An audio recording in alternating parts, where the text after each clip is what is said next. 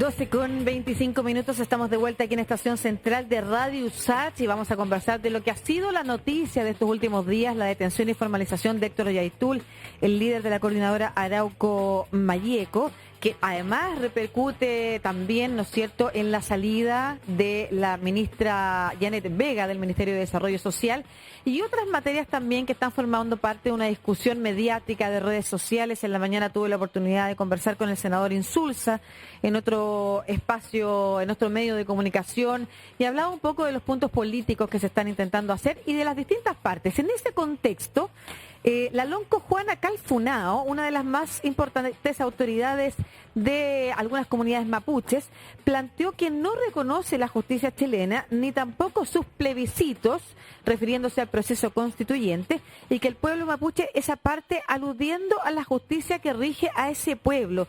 Y eso es una de las materias que forman parte de la discusión constituyente, ¿no es cierto?, y de lo que se ofrece para adelante en relación al vínculo desde el Estado chileno con los pueblos originarios. De esto vamos a conversar con el profesor, abogado constitucionalista y académico de la Universidad de Rutgers y de la Universidad Diego Portales, Jorge Contese. ¿Cómo está, profesor?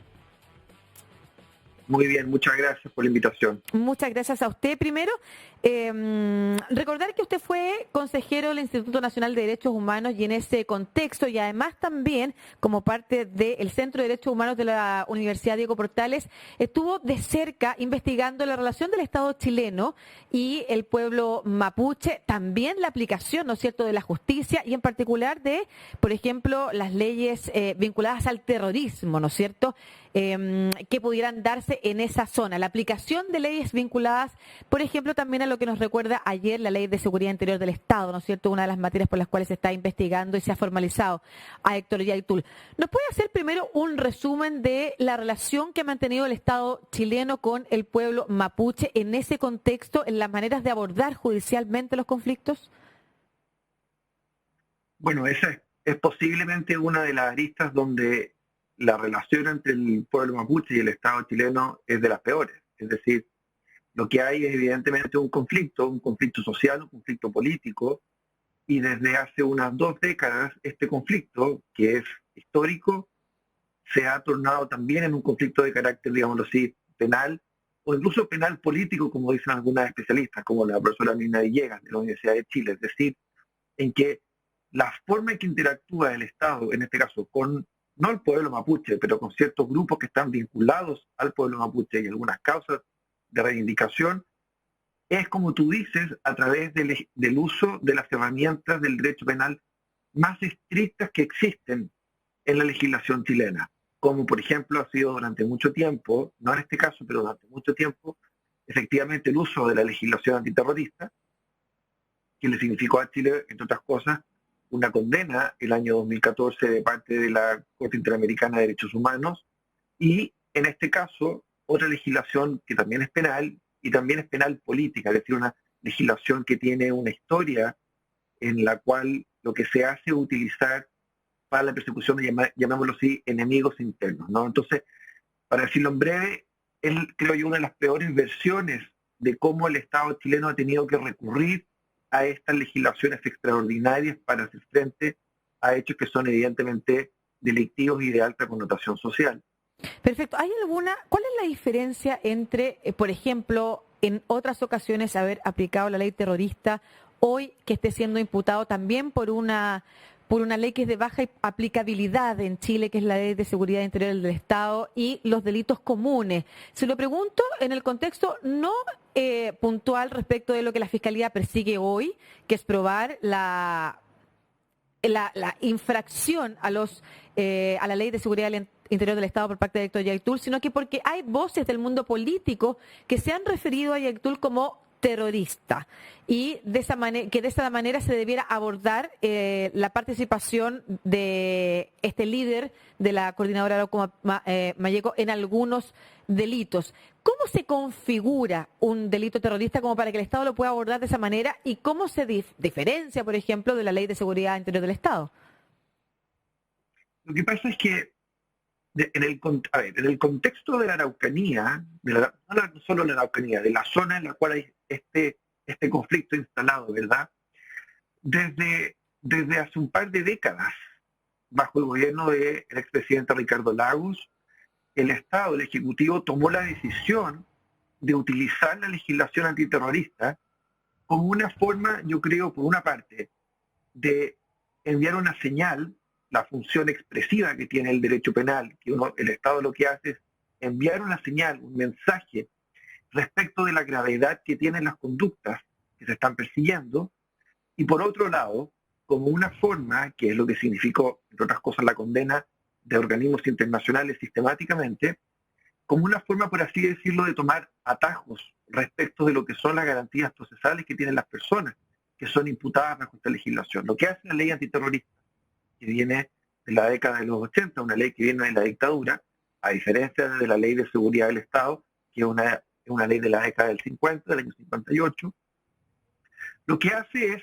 definir ciertas conductas de una manera que hechos que son constitutivos de delitos bajo la legislación común, cuando están perpetrados con el objeto de extraer decisiones de la autoridad o de infundir temor en la población de ser víctimas de un delito semejante, entonces pueden quedar calificadas como conductas terroristas. Ahora, no sé si hay tiempo para entrar en detalle, pero esta misma definición desde el punto de vista técnico penal tienen problemas y significaron sistemáticamente que, por un lado, el Estado chileno fuera llamado, digamos, se le llamara la atención por el uso excesivo y discriminatorio de esta legislación. Es decir, cuando se producían delitos en esta zona, de distinto tipo, pero por producirse en esta zona, lo que se hacía era que se activaba automáticamente la idea de es terrorismo. Cuando un Estado empieza a utilizar la legislación antiterrorista de esta manera, le cuesta después hacer distinciones cuando efectivamente hay conductas que puedan ser calificadas como terroristas. Entonces, ese fue un problema que ha tenido el Estado chileno, por así decirlo, al abusar del término terrorismo. Por ejemplo, cuando se produjeron los incendios en Carahue en enero de 2013 bajo el gobierno de Sebastián Piñera, recuerdo al exministro Rodrigo Hinspeter y a otras autoridades como al entonces senador Alberto Espina, automáticamente calificar estos incendios como terroristas, cuando no había ni siquiera información o antecedentes. Entonces, se produce, por así decirlo, se va minando la potencia que puede tener una legislación que es tan estricta como esta, ¿no? En el caso terrorista. Uh-huh.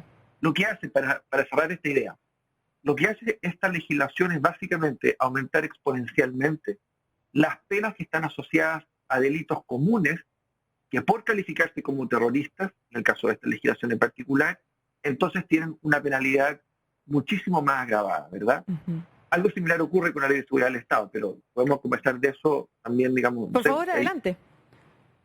O sea, lo que pasa acá es que en general lo que hace el Estado es entender que ciertas conductas que son delictuales bajo la legislación común, en el caso de la ley antiterrorista, porque tienen estos objetivos, entonces pueden ser calificadas como tal.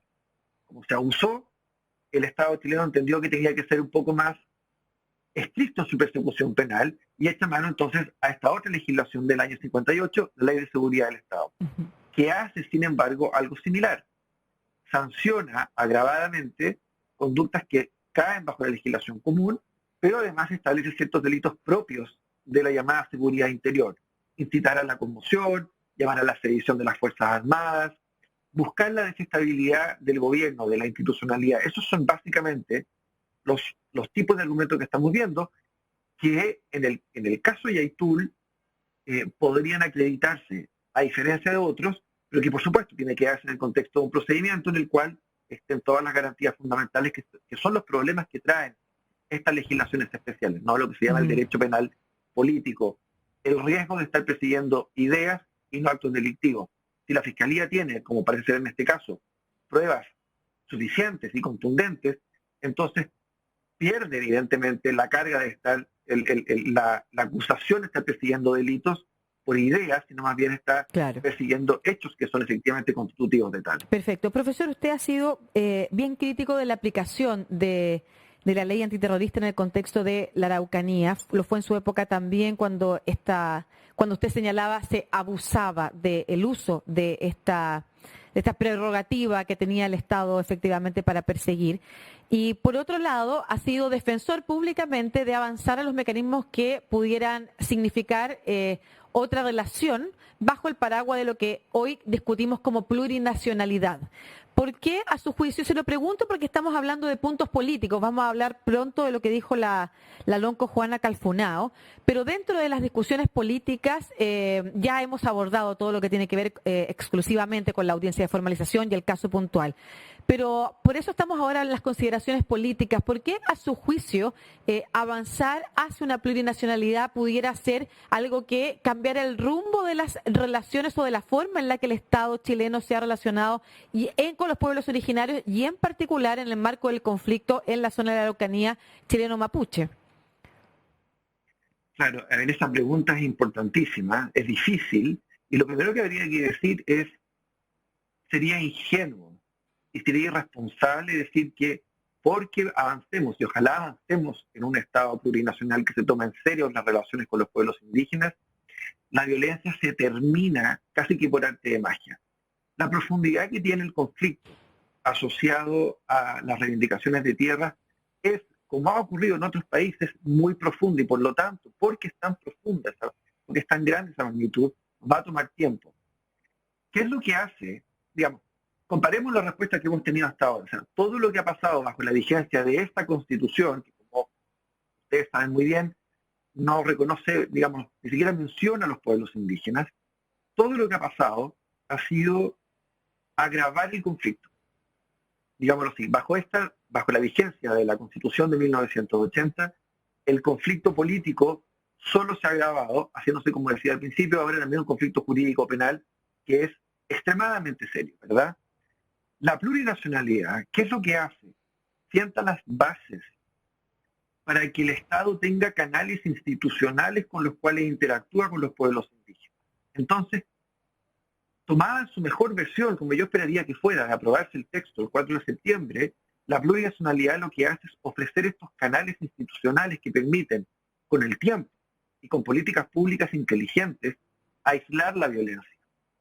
Piensa tú que por algo Héctor Yaitul o Juana Calfunao, que tú estabas refiriéndote recién, no dan reconocimiento al trabajo de la Convención Constitucional y al proyecto plurinacional que está en el texto que se propone, ¿verdad? Se desentienden, ellos creen que es parte del mismo problema, están por fuera, por así decirlo. Los pueblos indígenas, y el pueblo mapuche en particular, que ciertamente en su mayoría lo que quiere es vivir en paz, como todas las personas en Chile, entienden, aun cuando no sea el concepto propiamente plurinacional, pero que el reconocimiento de derechos colectivos, el reconocimiento de las formas propias de solucionar conflictos, son maneras que, por dar reconocimiento a sus costumbres, a sus tradiciones, van, por así decirlo, aislando las medidas que son de fuerza y que están por fuera de la institucionalidad. Es decir, cuando un Estado se reconoce como plurinacional, como intercultural, en el caso de la propuesta constitucional, y reconoce los derechos colectivos, los pueblos indígenas lo que hacen, por definición, es entrar en la institucionalidad, no quedar por fuera. Los actos de violencia que estamos viendo, tanto de violencia verbal como de violencia, digámoslo así, física, son actos que están por fuera de la institucionalidad, tanto de la vigente, desde luego, como de la institucionalidad propuesta. Entonces, creo yo que lo responsable es entender que el mecanismo, el fenómeno, el método finalmente de la plurinacionalidad es uno que permite encauzar hacia adelante la forma de llevar adelante las relaciones entre los pueblos indígenas. Claro, y el y Estado. entiendo además que es una diferencia y le da una oportunidad a las voces de los pueblos originarios que están completamente invisibles y que son aquellas que se quieren relacionar con el Estado chileno de manera pacífica, dialogante y participar de la actividad política y formar parte, además del Estado, ¿no es cierto? Que eso es lo que se propone finalmente a través de los representantes de los escaños de pueblos originarios. O sea, hoy tenemos una discusión entre el Estado chileno y estas comunidades radicales o estas voces radicalizadas que lo que quieren es, como usted señalaba, profesor, funciona por fuera. Sin embargo, hay un montón de integrantes de los pueblos originarios en general en Chile que lo que quieren es estar incorporados en la vida democrática, en el Congreso y en otras decisiones. Piensa tú, Lucía, que desde el año 1989 la demanda sistemática que han tenido los pueblos indígenas ha sido por el reconocimiento con